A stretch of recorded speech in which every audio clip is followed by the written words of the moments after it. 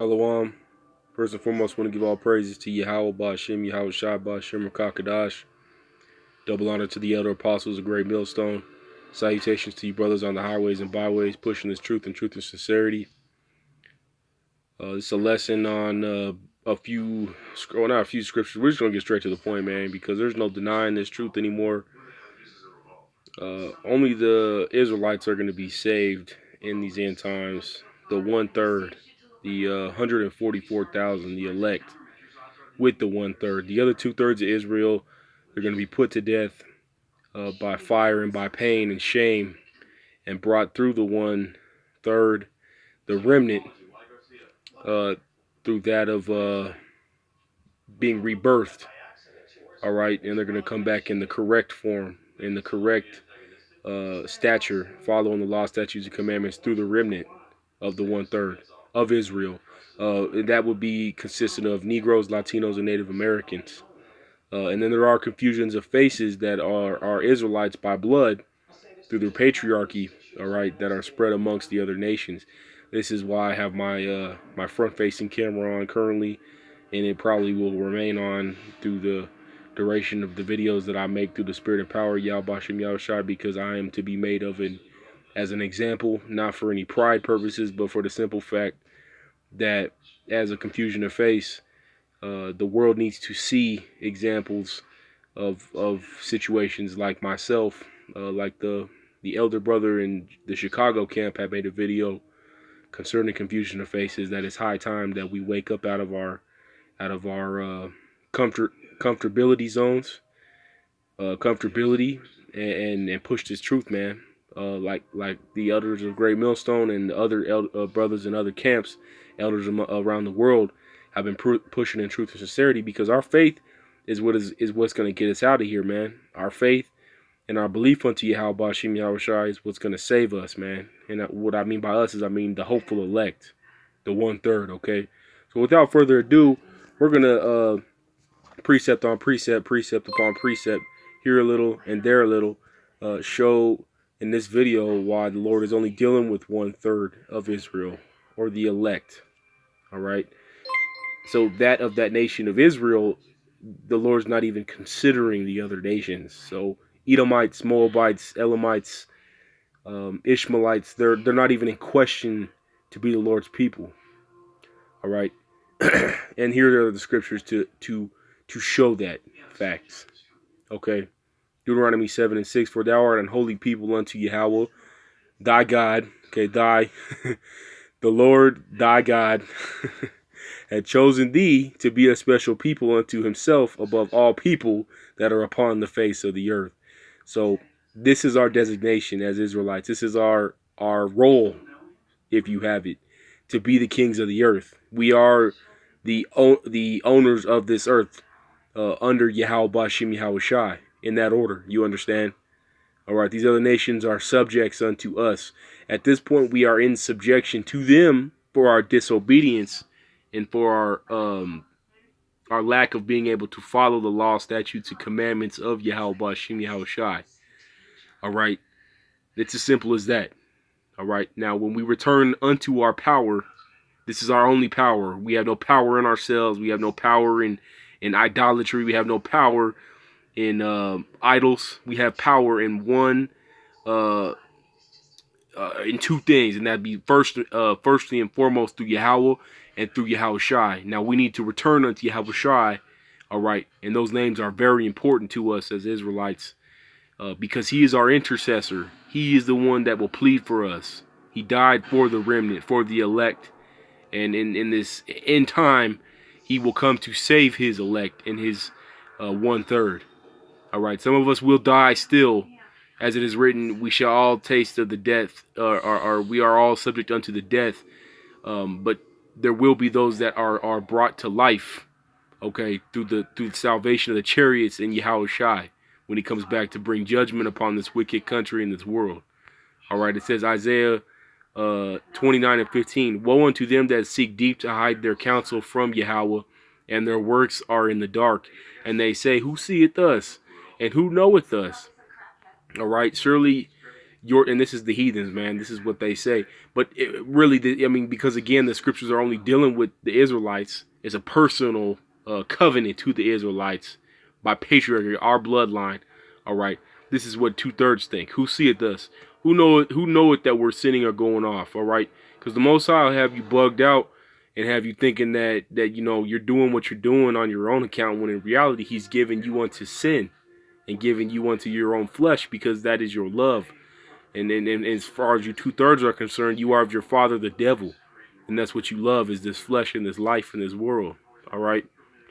This is Isaiah 29:16. He says, surely your turning of things upside down shall be esteemed as the potter's clay. For shall the work say of him that made it, he made me not? Or shall the thing framed say of him that framed it, he hath no understanding? And this is exactly it. Now, before we break that down, I'm going to read Isaiah 40:15. It says, behold, the nations are as a drop of a bucket, and are counted as the small dust of the balance. Behold, he taketh up the isles as a very little thing. So the nations, that will be the Edomites, the Elamites, the Ishmaelites, the Moabites, the Ammonites, etc., etc. These are the nations, and he esteemeth them as what? Let's read it again. The nations are as a drop of a bucket, and are counted as the small dust of the balance. Behold, he taketh up the isles as a very little thing. So the Most High, being equitable and perfect in all balance and just weights, all right, he taketh account for the other nations. They have their designation, their lot, their purpose, but they are unto his designation, and he has given them discretion on what their role shall be in this life, because he gave them life. Okay, basically saying, going back up, talking about the potter's clay, the Most High has fashioned us all to be his instruments. Okay, now in our sense, in our bloodline as Israelites, okay, we are his chosen. This is our designation, and we are not to run from that, and not to be prideful in the sense that we think it's our own gifts that we are capable of producing. All right, but it's through Yahweh Bashim Yahweh Shai, through Yahweh Shai, to get to Yahweh. You see, this is the only way that we excelleth in life. This is the only way that our power and our glory is made manifest amongst the world, amongst these other nations. Okay, now again, touching on the point, the Lord is only dealing with the elect. That's it. The nation of Israel. These other nations, these Edomites, they're all hit. All right. Thus said the scriptures, and we're going to keep reiterating that with the scriptures. So there's no denying what time we're in. There's no more debate. There's no more time for debate. We're here to seal the elect and the 1/3 and get out of here, man. We don't have no more time in America, in this world. That's it. Again, you other nations, you're potter's clay. We are all potter's clay, because clay is made of the dirt, in a sense. And what is flesh made of? Dust, which is dirt, which is of the earth. You get it? It says, Isaiah 42:1, behold my servant who I uphold. This is Most High speaking here through Isaiah. Mine elect, in whom my soul delighteth. I have put my spirit upon him. He shall bring forth judgment to the Gentiles. So again, it's his election. It's his election. There's an election happening.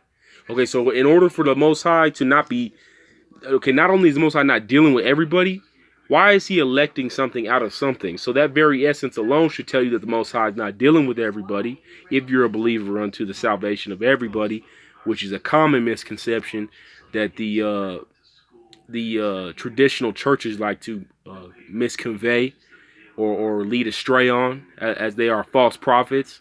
Okay, those are stumbling blocks. As it is said, the Most High will elect his remnant. They are chosen from the beginning of time. We are us as hopeful elect, we are witnesses unto Yahweh Bashim Yahweh Shai. All right, we are hopeful to be of the elect, the men and elders of Great Millstone, and the men of Great Millstone. But as it is written, they are our witnesses to Yahweh Bashim Yahweh Shai. Okay, and his works and his election. That is a 1/3 and a remnant. That's it. We shall bring forth judgment to the Gentiles, and in this word, in this sense, in the word Gentile, referring to these other nations. Okay, they're Gentiles. They're strangers. They're aliens. They're not amongst the covenant. They're not bound to the covenant, and they're not ever going to be affected by the covenant. Now, when the prophecy is fulfilled and they go into slavery for their wickedness, because they will pay for their wickedness, as we have paid for our disobedience and discretion of not following law, statute, commandments, so will they be held accountable for the wickedness and the things that they've done to us. All right, as Israelites, it shall be recompensed upon their heads. This is Romans 9:1. It says, I say the truth in Hamashiach, I lie not, my conscience also bearing me witness in the Holy Ghost, that I have great heaviness and continual sorrow in my heart. For I could wish that myself were accursed from Hamashiach for my brethren, my kinsmen, according to the flesh. To the flesh, that's another, basically another proof, evidence that's at this point, Paul talking about of his nation, his nationality, his genealogy, his people, of his flesh, his kinsmen, all right, his people. So there's a separation there, and that separation is to be observed, because it's not everybody, it's a selection, and of that selection there is an election. Okay, Romans 9:4, who are Israelites. Okay, so again, selective point here, who are Israelites, to whom pertaineth the adoption and the glory and the covenants and the giving of the law and the service of Yahweh and the promises. So everything that is to do with the scriptures, the law, statutes, commandments, is to do with Israelites, not the world. Okay, there is a story. This book is a story about Israelites, or Israel as a whole, Israelites, and then you have prophecies entailed within it that are of the Israelites, and then to the things that will come to the Israelites in the end. There's no other part of this book that has anything to do with any other nation being a part of this book. Now, there's other nations documented in this book, but that's for us and our eyes to see, okay?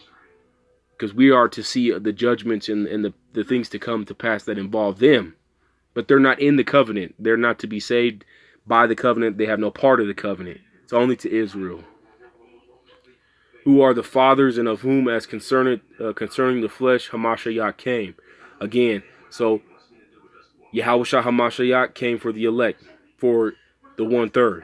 He died, he was crucified for the elect, for the 1/3. Okay? Not the world. And by the scriptures I've read thus far, is proving that fact of who the elect are, who the selection is, being Israel, and of the selection, who the election is.